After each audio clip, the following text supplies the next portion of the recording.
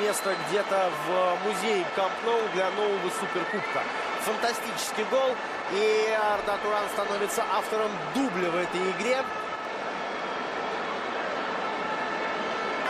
Но это, конечно, было значительно более красиво, чем то, что удалось ему в первом тайме.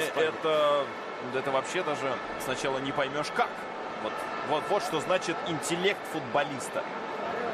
Как оценил ситуацию, как четко пробил. И Серхио Рико без шансов. Конечно, молодец партнер, который помог Турану этот момент получить, который вступил там в отбор, да, и мяч отскочил вот в эту вроде бы нейтральную зону.